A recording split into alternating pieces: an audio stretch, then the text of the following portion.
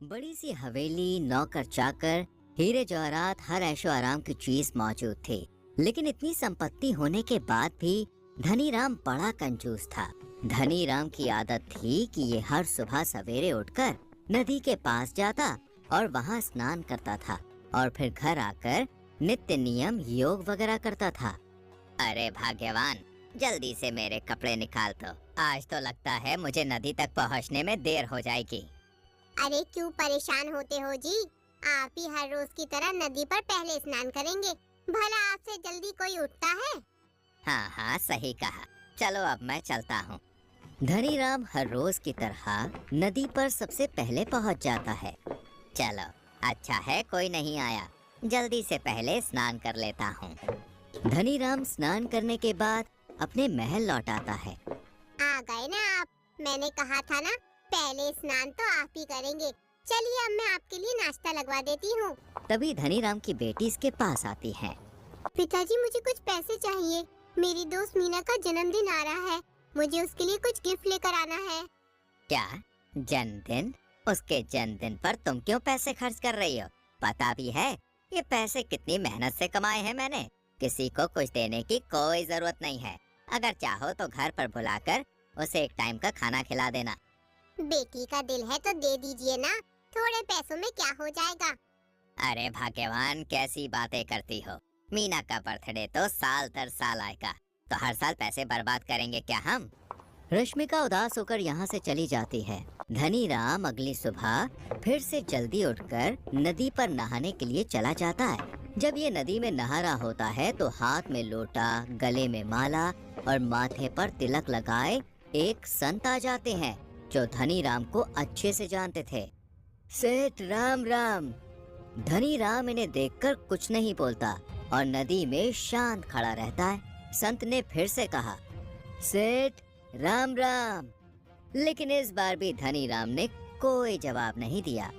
मुझे लगता है ये संत बाबा जरूर कुछ पैसे मांगने आए हैं। मैं इन्हें कोई जवाब ही नहीं दूंगा और ना ही पैसे दूंगा, अपने आप चले जाएंगे।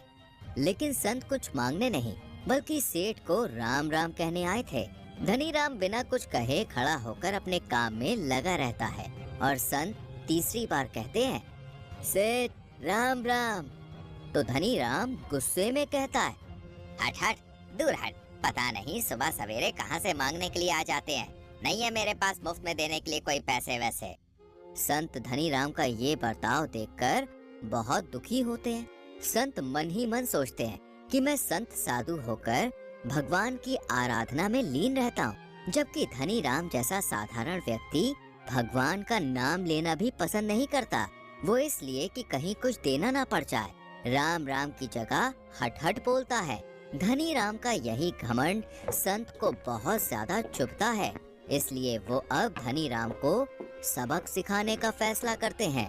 संत तुरंत अपनी शक्ति से सेठ धनी राम का रूप ले लेते हैं और धनी राम के घर पहुंच जाते हैं। नौकर धनी राम को देखकर काफी हैरान होता है। अरे मालिक, आप इतनी जल्दी कैसे आ गए? सब ठीक तो है ना? कहीं कोई परेशानी तो नहीं हुई? नहीं नहीं, ऐसी कोई बात नहीं है, मैं बिल्कुल ठीक हूँ। लेकिन एक बहरूपिया मेरा भेष लेकर गांव में घुस आया है। मैं नहीं चाहता कि वो मेरी हवेली में आकर कुछ गड़बड़ कर दे, इसलिए मैं उससे पहले घर आ गया ताकि तुम लोगों को उसकी खबर दे सकूं। ध्यान रखना, अगर कोई मेरा भेष लेकर हवेली में घुसे तो उसे तुरंत बाहर निकाल देना, अंदर मत आने देना। ठीक है महाराज, जैसा आपका हुक्म। धनी राम नदी में स्नान करने के बाद घर आकर नित्य नियम करता था। संत भी धनी राम के रूप में भजन पाठ करने लगते हैं और विमला रश्मिका को भी इन पर जरा भी शक नहीं होता। कुछ देर में असली धनी राम धोती पहने, हाथ में लोटा लिए हवेली में आ जाता है। अरे अरे, कहाँ घुसे चले आ रहे हो? कौन हो तुम? चले जाओ यहाँ से। दिमाग तो ठीक जगह पर है ना? मुझसे पूछ रहा है कि मैं कौन हूँ? अपने मालिक को भूल गया क्या? मालिक?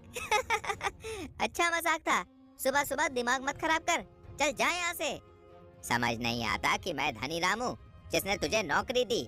अरे विमला, रश्मिका, कहाँ हो? देखो तो जरा इस 2 कौड़ी के नौकर को, मुझे भगा रहा है। सही तो कह रहा है, कौन हो तुम और मेरे पति का भेष लेकर हमें लूटने आए हो? जाओ यहाँ से। हाँ हाँ जाओ। नौकर, तुम इसे धक्के देकर बाहर निकालो, ये ऐसे नहीं जाएगा। नौकर धक्के देकर धनीराम को उसकी हवेली से बाहर निकाल देता है। हे भगवान, ये सब क्या हो रहा है? मुझे तो कुछ भी समझ नहीं आ रहा। मुझे मेरी हवेली से बाहर निकाल दिया गया। मेरा परिवार मुझे पहचान नहीं पा रहा है। अब मैं कहाँ जाऊँगा? मेरे व्यवहार की वजह से कोई भी मुझ पर यकीन नहीं करेगा। लोग मेरा मजाक बनाएंगे। धनीराम कुछ देर गांव में आसपास घूमता रहता है और फिर इसे राजा के सबसे करीबी मंत्री का ख्याल आता है, जो कि धनीराम को अच्छे से जानता था। अरे भाई, किसी तरह मेरी राजा से मुलाकात करवा दो। मैं एक बड़ी उलझन में फंस गया हूँ। वो बहरूपिया मेरी हवेली में बैठकर मजे कर रहा है और मैं हवेली होने के बाद भी दर दर भटक रहा हूँ। तुम परेशान मत हो धनीराम, हम अभी राजा के महल चलते हैं, वहीं समस्या का समाधान निकालेंगे। हाथ में लोटा लिए और धोती पहने धनीराम मंत्री के साथ राजा के महल चला जाता है। राजा जब धनीराम की ये हालत देखते हैं तो कहते हैं, अरे धनीराम, ये क्या हाल बना रखा है? सब ठीक तो है ना?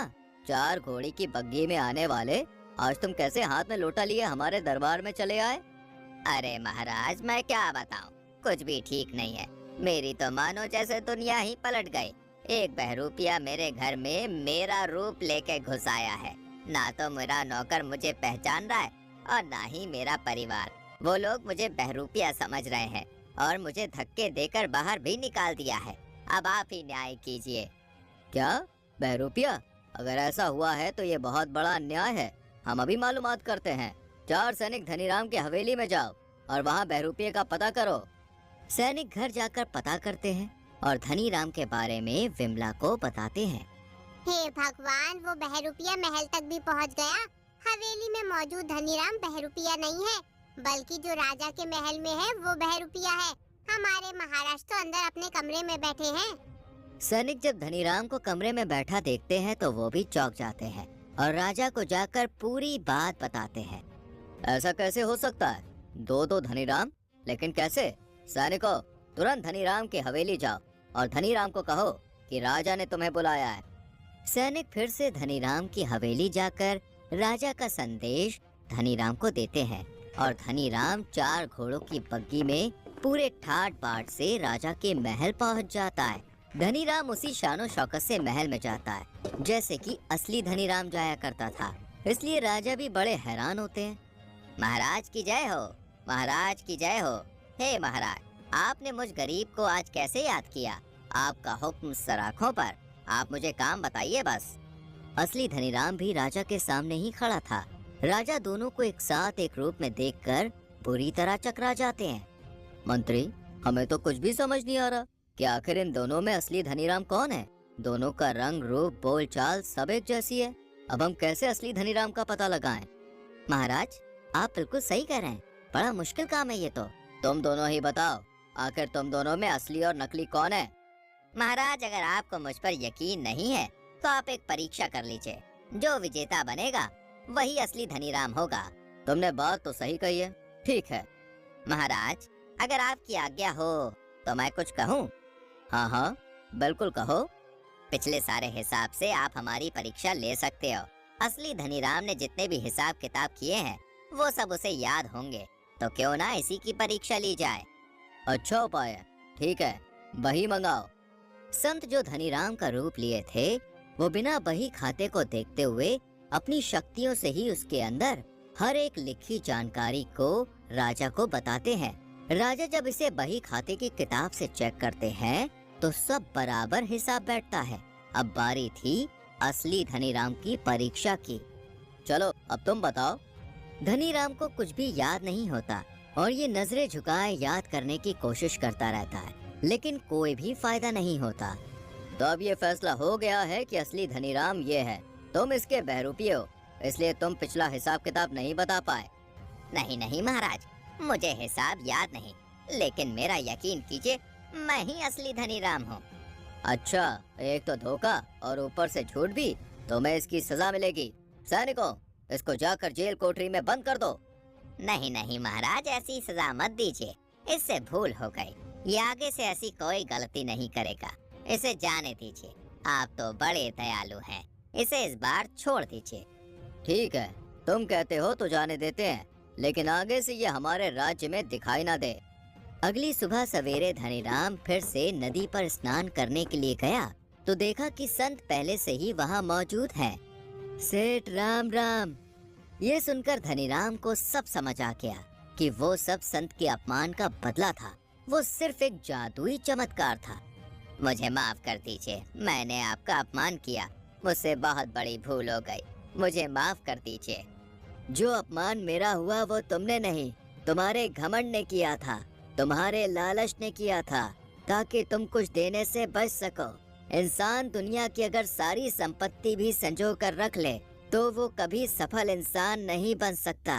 सफल इंसान तो वो होता है जो धन होने के साथ दूसरों के लिए दया प्रेम रखे, सबके साथ अच्छे से बर्ताव करे और पैसों से ज्यादा इंसान का मान रखे और भगवान का नाम जपे। मैं अपनी गलती समझ गया, आगे से मैं कभी किसी के साथ बुरा व्यवहार नहीं करूंगा। धनीराम अपनी गलती को समझकर एक नए बदलाव के साथ अपने घर चला जाता है और सब कुछ पहले की तरह हो जाता है। तो दोस्तों, कैसी लगी आपको ये दिल छू लेने वाली कहानी, कमेंट में बताएं। वीडियो को लाइक और शेयर करके चैनल को सब्सक्राइब करें और बेल आइकॉन प्रेस करें।